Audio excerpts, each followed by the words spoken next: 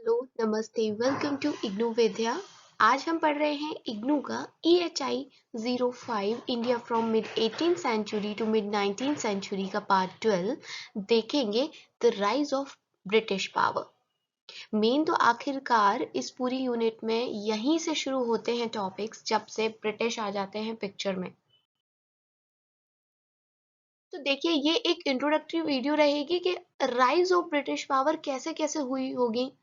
तो बहुत ही important feature है 18th सेंचुरी की पॉलिटी का कि किस प्रकार से ब्रिटिश पावर ने खुद को उठाया ऊपर, खुद को बढ़ाया इंडिया के अंदर, और इसी के साथ इंडियन हिस्ट्री के अंदर एक नया फेज नजर आता है, एक नया फेज खुल जाता है। इवन हम लोग अलग से हिस्ट्री को हमने बांट रखा है, एंशियंट हिस्ट्री जिसमें Indus valley civilisation, Harappan civilisation, ये सब चीजें हैं, वैदिक। और दूसरा आता है मेडिवल हिस्ट्री, जिसके अंदर हम लोग मुगल्स एंड जो दिल्ली सुल्तान्स थे उनके बारे में पढ़ते हैं। थर्ड हिस्ट्री मतलब जो मॉडर्न हिस्ट्री का लास्ट पार्ट है, उसके अंदर बेसिकली हम ब्रिटिश, गांधी इरा, इनके बारे में पढ़ते हैं। तो आइए आज से ब्रिटिश पावर को देखने वाले हैं हम। देखिए, टॉपिक है हमारा from trading company to political power. Topic से क्या समझ में आ रहा है आपको कि ट्रेडिंग कंपनी, पहले जो ब्रिटिश लोग आए थे वो एक ट्रेडिंग कंपनी के तौर पे आए थे, जैसा कि मैं और आप जानते हैं, सिर्फ व्यापार करने। लेकिन धीरे धीरे, आहिस्ता आहिस्ता उन्होंने क्या किया, एक पॉलिटिकल पावर की तरह वो हमें नजर आने लगे। और फिर आप जानते हैं क्या हुआ, इतना तो आप जानते ही होंगे। तो इसलिए टॉपिक है कि from trading company to political power. देखो, मिड सेंचुरी जो थी, 18th मिड सेंचुरी, यहाँ पर हमने एक बदलाव देखा, चेंज देखा कि इंग्लिश ईस्ट इंडिया कंपनी जो थी वो एक ट्रेडिंग एंटरप्राइज से कैसे पॉलिटिकल पावर बनती है।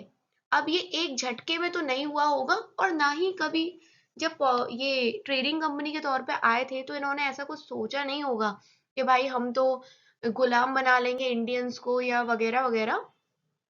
इनके लालच बढ़ते गए, और कहीं ना कहीं इंडियंस में आपसी फूट की वजह से ये सारी चीजें होती गई कि हमें इनका गुलाम बनना पड़ा। अब देखो, शुरुआत होती है कि जो ट्रेडिंग कंपनी है इसको मोनोपोली मिल गई थी, चार्टर मिल गया था एलिजाबेथ क्वीन से 31 दिसंबर 1600। तो वहां से ये आ गए व्यापार करने, और करीबन 1744 तक एक नॉर्मल व्यापार किया इन्होंने, एज अ ट्रेडिंग कंपनी काम किया।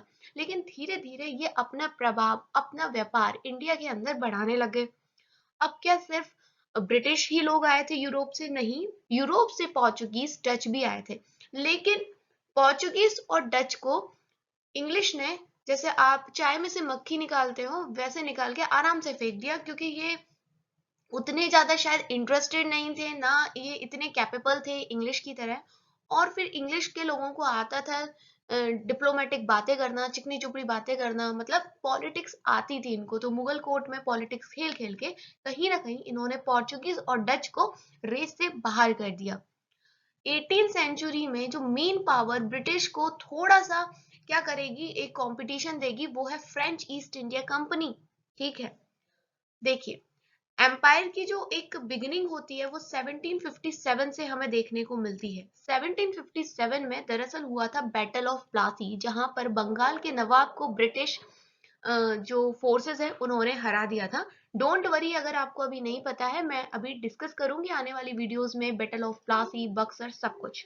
ठीक है, अब ये जो बैटल ऑफ प्लासी में जीत मिली थी, कहीं ना कहीं इसकी वजह से थी कि साउथ में ब्रिटिश की आर्मी बहुत, मिलिट्री बहुत अच्छा कर रही थी अपनी डिप्लोमेटिक स्ट्रेटेजी से। जो कॉन्फ्लिक्ट चल रहा था फ्रेंच को, उसको हराती जा रही थी, फ्रांस के लोगों को हराती जा रही थी। और इन्हीं को हम कार्नेटिक वार्स कहते हैं। अगर अभी कुछ चीजें ना समझ में आए कि ये कार्नेटिक क्या है, तो डोंट वरी, एक एक चीज क्लियर होगी। ये एक इंट्रोडक्शन है कि कैसे ब्रिटिश जो एक ट्रेडिंग कंपनी के तौर पे आए थे कैसे पॉलिटिकल पावर बन गए। ये एक इंट्रोडक्शन, मैं आपको एक बात बता रही हूँ शॉर्ट में। बाकी सारे कार्नेटिक वार जो दो तीन हैं डिस्कस किए जाएंगे। करीबन हाफ सेंचुरी तक इंग्लिश ईस्ट इंडिया कंपनी ने एक कमर्शियल बॉडी यानी ओनली व्यापारिक एक संस्था के तौर पे काम किया था, लेकिन उस टाइम पे पॉलिटिकल एम्बिशंस नहीं क्यों नहीं थे, और अब आगे जाके ये पॉलिटिकल एम्बिशंस क्यों आ गए? दरअसल यूरोप के अंदर प्रोडक्शन और ट्रेड बढ़ती जा रही थी, और दूसरी जो नेशन स्टेट्स है यूरोप की, वो भी अब इंडिया आ रहे थे। तो यूरोप की जो इंग्लिश ईस्ट इंडिया कंपनी है उसको क्या मिल रहा था? कंपटीशन।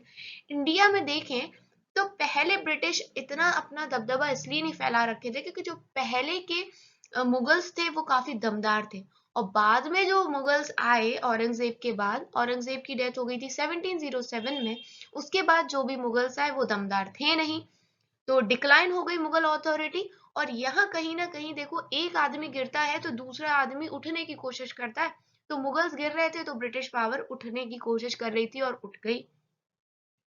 और यहाँ पर लालच भी बढ़ रहा था, कंपनी का काम बढ़ रहा था, कंपनी को रेवेन्यू ज्यादा चाहिए थी। तो अब रेवेन्यू उसको उनको कैसे मिलेगा? जब ज्यादा रेवेन्यू उनको मिल पाएगा जब उनकी खुद की एम्पायर को वो स्टैब्लिश कर लेंगे। कंपनी को ज्यादा पैसे चाहिए थे क्योंकि वो अपनी ट्रेड को मेंटेन करना चाहते थे। ट्रेड के साथ जो उन्होंने आदमी रख रखे थे, उनको भी उनको रखने के लिए, कुछ पे सैलरी देने के लिए, मतलब उनकी कुल मिला के कह सकते हैं रिक्वायरमेंट्स बढ़ती जा रही थी। कंपनी का जो इंटरेस्ट था कि बंगाल को भी हम कब्जे में कर ले, कहीं ना कहीं इसलिए क्योंकि उस टाइम पे बंगाल काफी प्रॉस्परस था और बंगाल से अच्छा मोटा रेवेन्यू मिलता था। ठीक है, तो कुछ इस प्रकार की चीजें हैं। बंगाल के जो गुड एक्सपोर्ट होते थे 1765 में करीबन वो 4 लैक्स होते थे, जो आगे जाके 1770 में 1 मिलियन हो गए। तो इस वजह से कहीं ना कहीं ये जो भावना है ना कि पॉलिटिकल हमें बॉडी बनना है, ये कोई एक झटके में नहीं आई है, ये कुछ ऐसी सिचुएशंस बनती गई, और लालच वगैरह तो था ही। देखो ये चीज हमें माननी पड़ेगी कि कहीं ना कहीं अंदर से हमारी कमी थी, इंडिया से थोड़ी बहुत तो थी ही, जो हमने इन्हें अपने ऊपर हावी होने दिया। ठीक है, कहीं ना कहीं हमारे लोग इनके साथ मिले और हम में एकता नहीं थी, इसलिए ये सारी चीजें हुई। तो ये मैंने आपको एक इंट्रोडक्शन दिया था कि कैसे ब्रिटिश पावर का राइज होगा, लेकिन इतनी छोटी वीडियो में पूरी ब्रिटिश पावर का राइज तोड़ना बता दिया जाएगा। आगे बहुत सारी वीडियोस आएंगी। तो पहले हम देखेंगे फर्स्ट कार्नेटिक वार, उसके बाद एक वीडियो सेकंड कार्नेटिक वार के ऊपर, देन थर्ड कार्नेटिक वार, उसके बाद आएगा battle of Plassey and battle of Buxar. ये वो इंपॉर्टेंट लड़ाइयां हैं जिनसे जो ब्रिटिश पावर है काफी ज्यादा मजबूत हो गई थी इंडिया में, और कह सकते हैं एक पॉलिटिकल अथॉरिटी बन के उभरी थी। कैसा लगा वीडियो कमेंट में जरूर बताइएगा, and thanks for watching IGNOU Vidya. And next topic रहेगा फर्स्ट कर्नेटिक वार पे।